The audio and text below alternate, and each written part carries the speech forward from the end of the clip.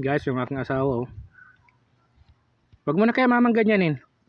Kutsara na lang. Para makakapal-kapal. Masarap kainin yung makakapal-kapal yan eh. No? Okay. Kasi gagano'n mo lang. Hiwain mo lang kutsara. Sabi mo eh. Dami kasi yan ay pagka ginanyan mo.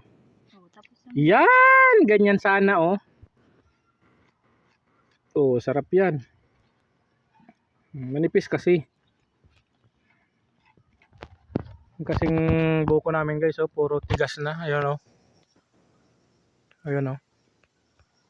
Puro tigas na yan. Wala na yan masyadong ano, ayan oh. Pero dito tayo kumuha guys, diyan tayo kumuha sa isang yan oh. Marami yan, ayan pa yung kaiba oh. So dito tayo kumuha.